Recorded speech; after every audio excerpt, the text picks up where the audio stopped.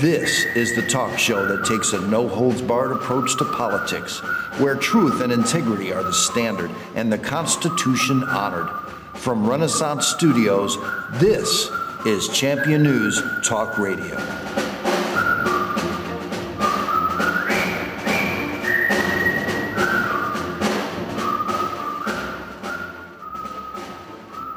Good morning and welcome to another great edition of Champion News Talk Radio, brought to you by championnews.net, your choice for the conservative voice. This is Carol Parisi. Today our founder, Jack Roser, and myself have the privilege of having Monsignor Ketcham with us today.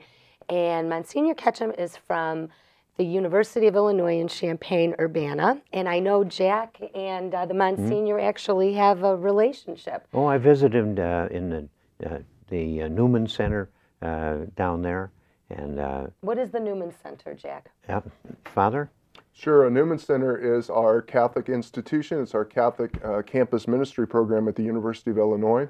And usually, not all the time, but usually when you hear of a Catholic campus ministry at a secular university, it's under the title of Newman for Blessed John Henry Cardinal Newman.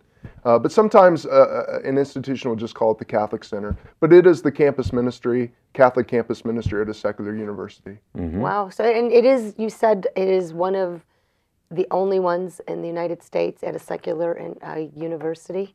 So there's quite a few Newman Centers or Catholic campus ministries at secular universities. However, our ministry, St. John's Catholic Newman Center at the University of Illinois, is the only Newman Center that has its own Catholic residence hall. And we have 600 students who live with us on campus, and they're just tremendous young people. And we can do so much formation with these students who live at Newman Hall with us, and they really become collaborators with us in the ministry to the larger population on campus. It's a very desirable location, too. You're nestled up close to the main campus down in Champaign-Urbana. That's right, Jack. We're right in the center of campus, just to the west of the quad. Yeah. I know these things because I'm an old goat, and I started at Illinois way back in 1941. Is that where you went to school, Jack? Yeah, I started and finished at U of I. I was in the Army back in 1943 and did go to Purdue for one semester. But Illinois is a great school. I'll tell you, it's a Marine Corps of engineering. In a sense, when I went down there in the beginning, Dean Jordan said, look around you. There are 4 of you. One out of you 4 will graduate. By the end of the first semester, half of you will be gone. Wow. Those were the standards, and they weren't kidding. And they had strong moral standards as well.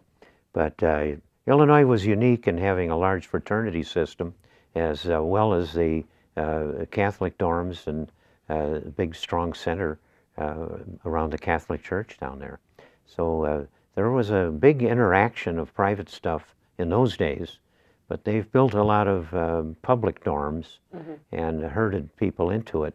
It's a rich thing to get the experience of proper living in a good fraternity, or better yet, with a nice environment that's Monsignor is and the organization is presented down there.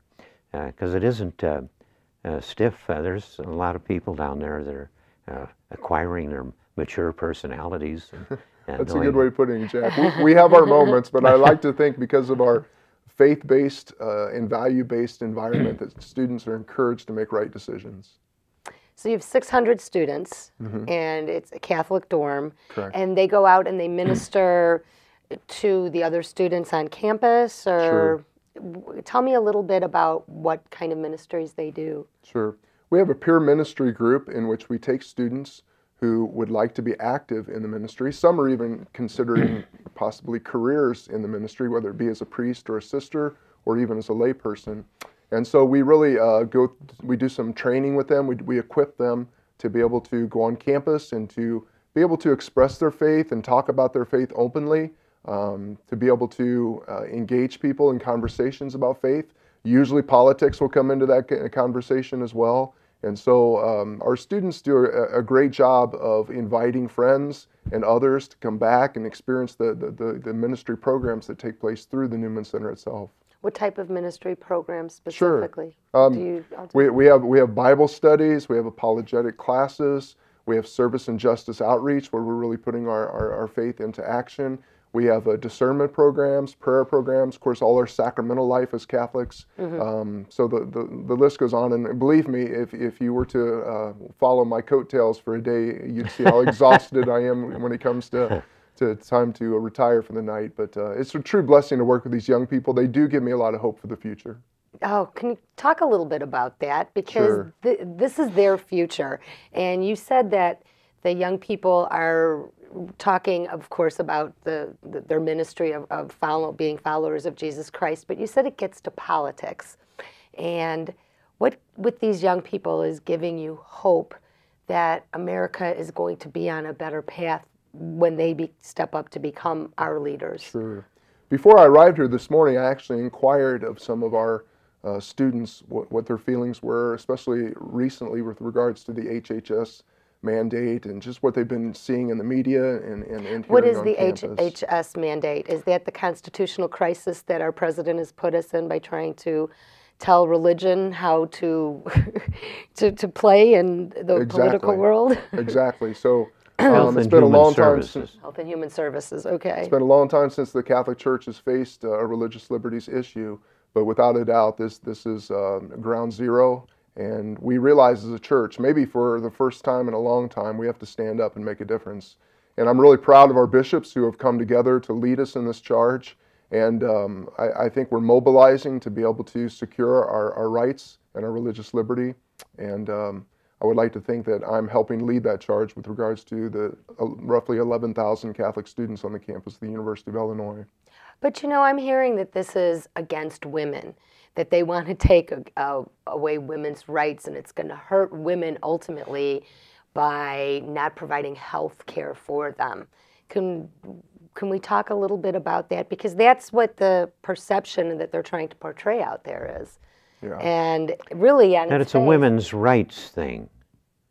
That's what they're trying to say it is. Right. But I heard a thing on the radio just the other day that was a little humorous. A call-in guy said, what's all this stuff the government getting into the costs of recreational sex and making it well, that's a pretty good remark. What kind of radio shows do you listen to, Well, Jack? that was WIND, Okay. and this guy was calling in.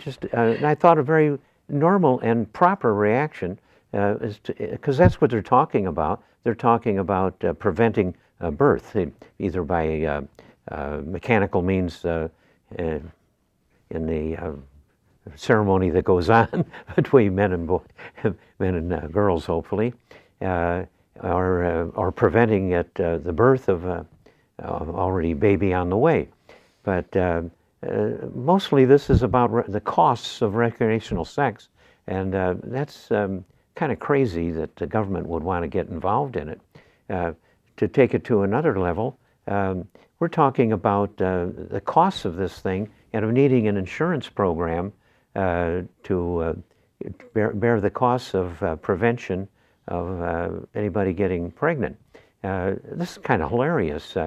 Talk about minimal cost. I don't want to get into a description of how you prevent insemination, but it costs less than a couple of beers. And to put that into an insurance program and to face all this talk about freedom of this and that that they're trying to preserve, it's a little crazy. Certainly the cost of it is so minimal that this insurance thing should be dragged out of it totally.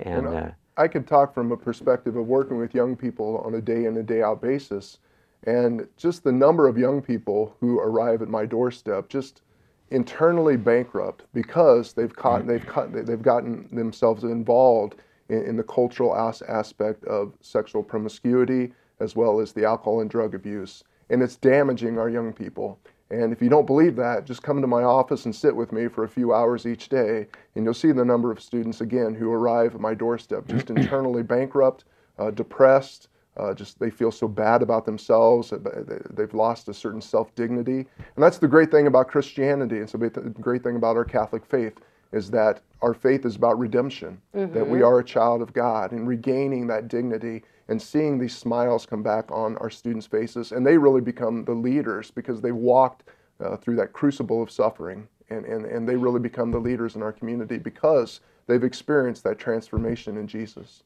Well, that's outstanding. You know, I do want to hear more about the young people in the future and this constitutional crisis, because this is more of them trying to make religion, separation of church and state. They're trying to tell the Catholic Church what to do. And I want to hear what the young people have to say about that. Sure. And it's less about women's health and more about our Constitution.